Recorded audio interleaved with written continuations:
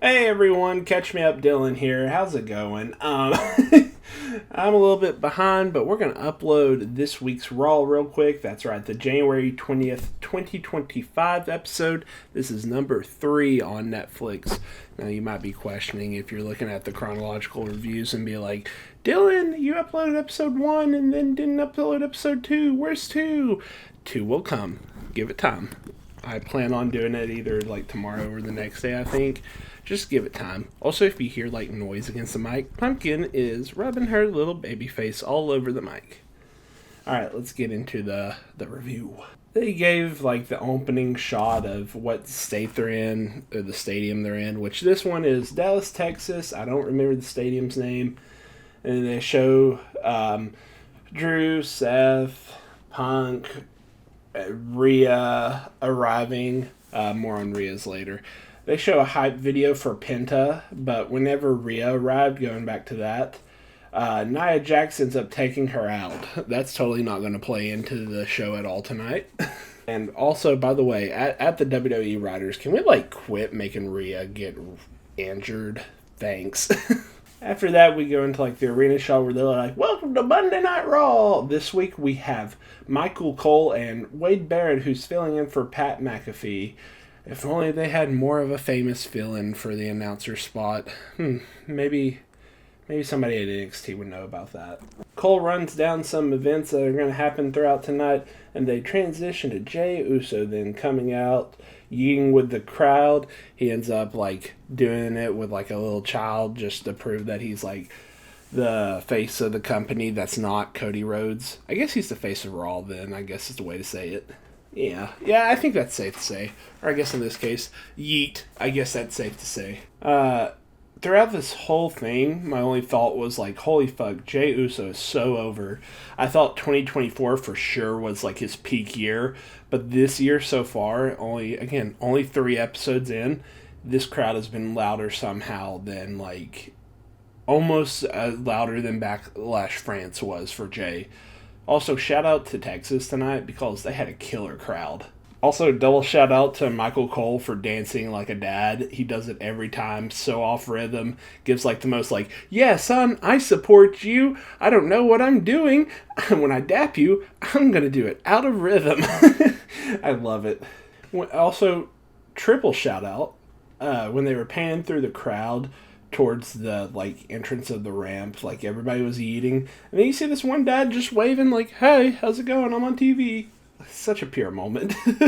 Alright, after that, in like 10 minutes of the crowd yeeting with him, Jey cuts a promo, does that normal like, I'm gonna say a sentence, yeet, blah blah blah blah blah, yeet, like promo. He talks about basically how this weekend at Saturday Night main event he's gonna win the title. He goes more into promo mode, but Gunter's music ends up cutting him off. And then Das Ringerel comes out and makes fun of Jey Uso and what he was about to say. Jey says what he was about to say after that, and he also gets called a little man, which I kind of laugh at that. Sorry, a funny little man, which is so like humiliating to be called in his case, and it's kind of funny to hear it. He talks about, like I said, how Jey said he was trying to like better himself, and that Gunter was excited to see a different side of main event Jey Uso, until he realized this week when he walked out tonight that he's got to get the same mascot doing the hand motion and this, that, and another. And he said that he was acting like a total dork. He said at this point it doesn't matter to him what Jey says. He might as well be challenged by Jimmy Uso because Jey never follows up on his words. Shout out, by the way, I appreciate the fact that we're getting Savage Gunter back. I need more of that. And then he calls out how Jey shows up when Cody and the Bloodline needs him. He shows up to be a useful idiot for them, and his words and actions don't align. Well, every time Gunter's does, and that's why on Saturday night he's going to expose him for being a flash in the pan and has no excuses for being that close to the World Heavyweight Championship because it's a prestigious title. Jey then responds by saying he's right, that he's a mascot for WWE, but the crowd are his team, yeet, his squad, yeet, and that they're going to be with him when he beats Gunter for the title, yeet. He then says that he respects Gunter, but Gunter needs to show the same respect to him, and that only one of them has main evented WrestleMania, and it's not Gunter. That was enough for Gunter to get mad. They start brawling back and forth until Jey super kicks Gunter out of the ring. Gunter accidentally left his title in the ring, so Jey grabs it and throws it towards the apron and be like, come on, boy, get your title. Gunter does like the heel thing where he pretends he's getting mad. He gets up on the apron, and then he drops down and grabs his title and walks to the back. After that, we have a promo by the New Day backstage. They're talking to JBL, who also will be on commentary for their match. I get hyped. Just clearing my thoughts for a second. I get it. He's allegedly done some shitty things, and that's never okay. But it seems like he's actually trying to show remorse for his actions. I don't want to speak for him, but you know what? People can change, so I'll give him another shot.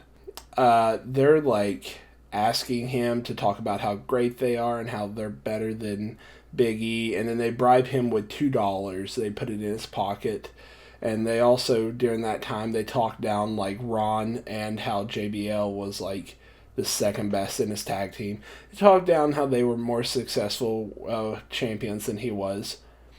And then JBL turns it around on them, saying that he doesn't blame them for dropping the one that was more charismatic, more muscular, and better all around, essentially. They get offended after that and walk away, but hey, at least he got to keep the $2, right? Right?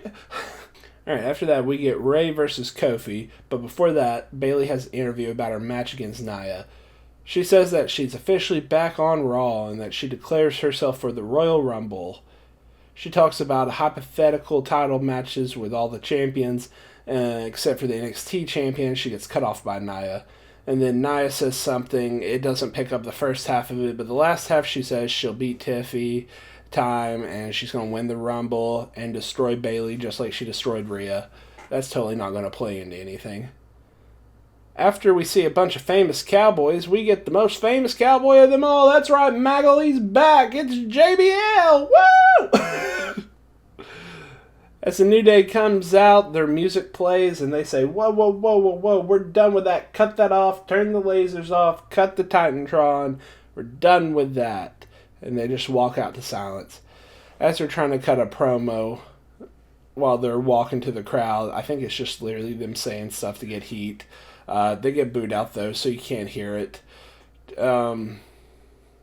They say throughout all that they're better than the Hall of Famer JBL, and Kofi takes his $2, and that was really hilarious. They just literally grabbed it from his pocket.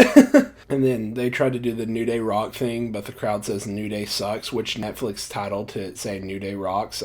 No, that's not what they said. Yeah, this match was fun. Saw some amateur wrestling from Kofi at the beginning. Bunch of back and forth, a little bit of lucha. Crowd started chanting asshole. And you know what? JBL was even funny on commentary. Kofi tries to powerbomb him outside in front of JBL, but Kofi's hand slip and Rey just ends up doing a flip. They try the spot again, and this time Rey ends up throwing Kofi into the steps. Wood trips Rey later on in the match after Rey tries to do a 619. The ref catches it. Instead of disqualifying Kofi, he just ejects Woods. Woods gets punched off the apron when he's arguing with the ref, being like, no, I don't need to be ejected. Why are you doing that? Blah, blah, blah. That's enough of a distraction for Kofi to take the advantage again. He tries to do an SOS to Rey, and Rey just lets him flip and then rolls him up and... Did you? Okay, I was seeing if she cut my mic off. He rolls him up and grabs his leg barely for the count of 3. I appreciate this. This is like some old-style wrestling instead of the pre-scripted stuff we've been used to, so shout out to that. I loved every last bit of that. Afterwards, Woods ends up attacking Kofi from behind until the LWO comes out to save him. The New Day run off into the crowd, and that's how we end the segment. Nah, just kidding. They actually run around to the other side of the crowd, pull, I think, Del Toro, if I'm not mistaken.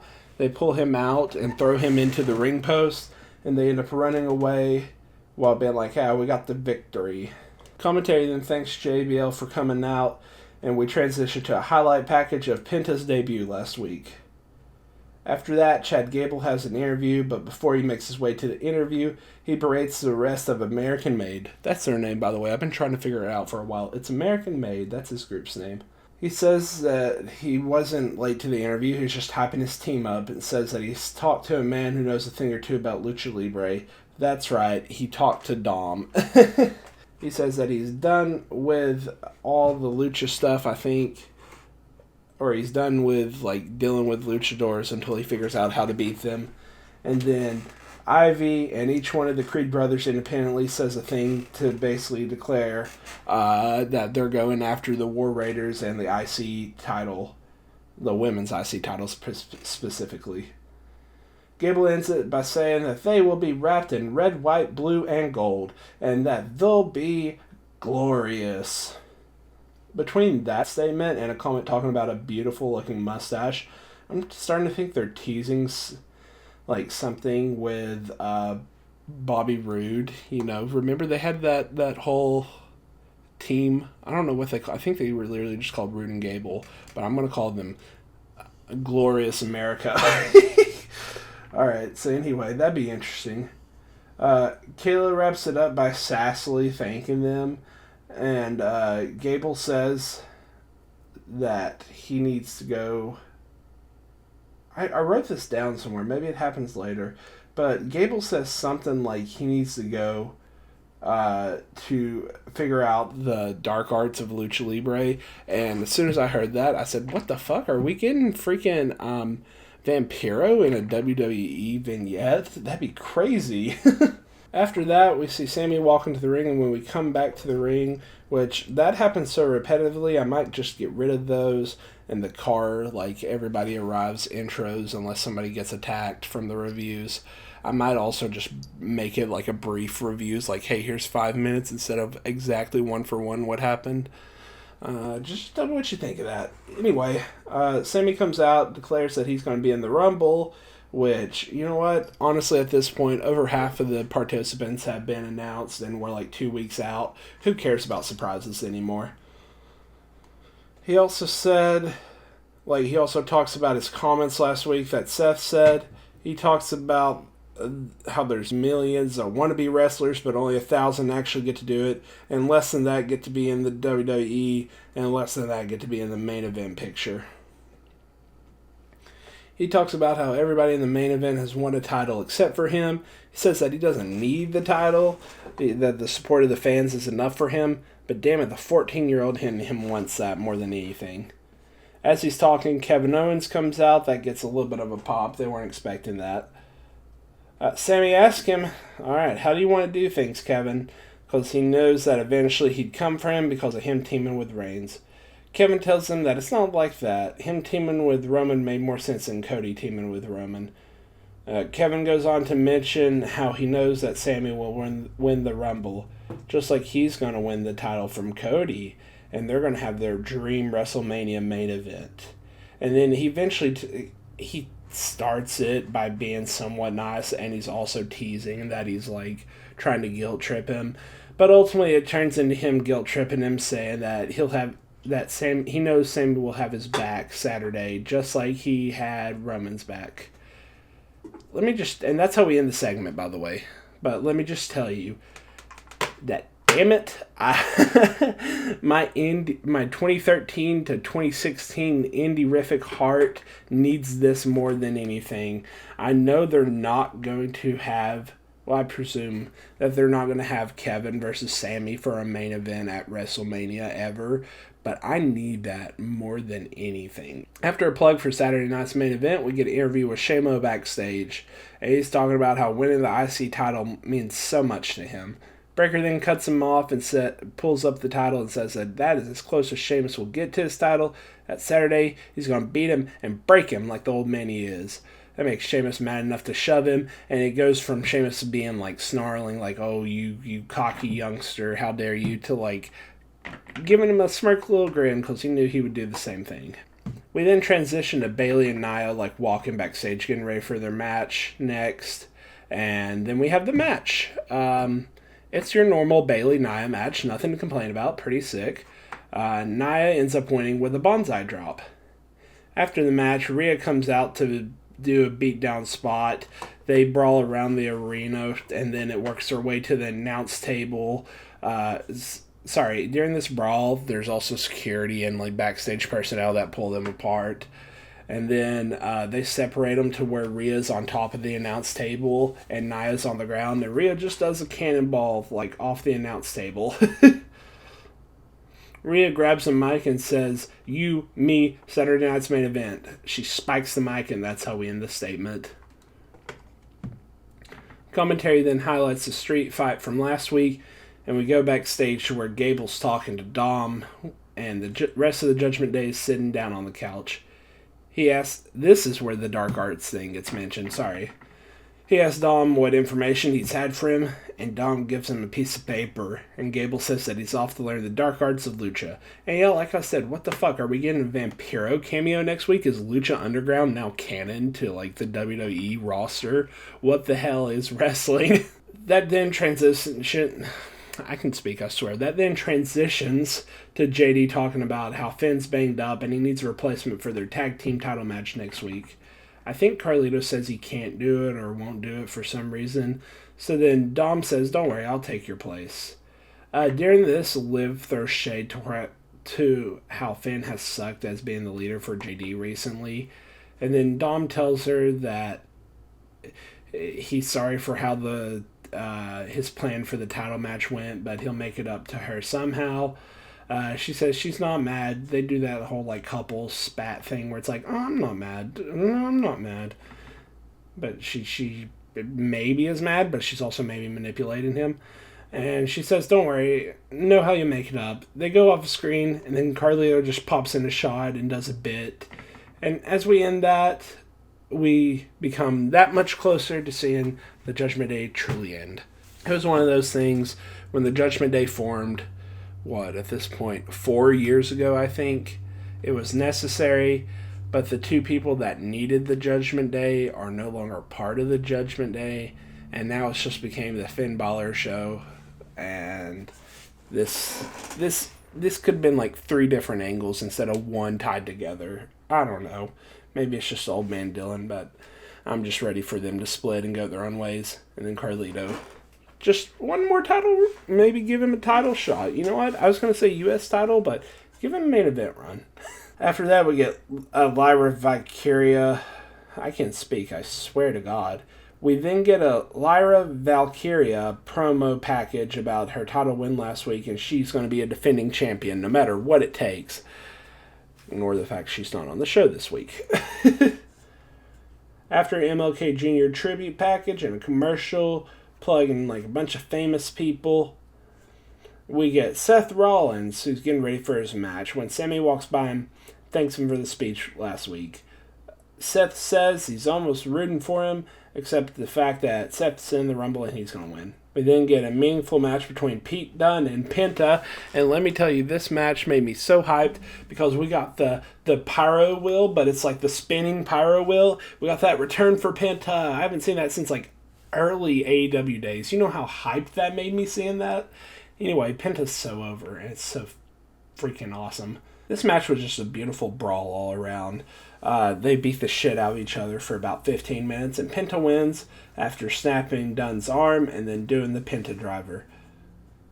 Commentary then talks about the Paul brother, and they give him a hype video. I ignore it, to be honest, if like he has any matches that are coming up, unless they're like the main event and I have to talk about them. I'm probably just going to give him 5 seconds in the future.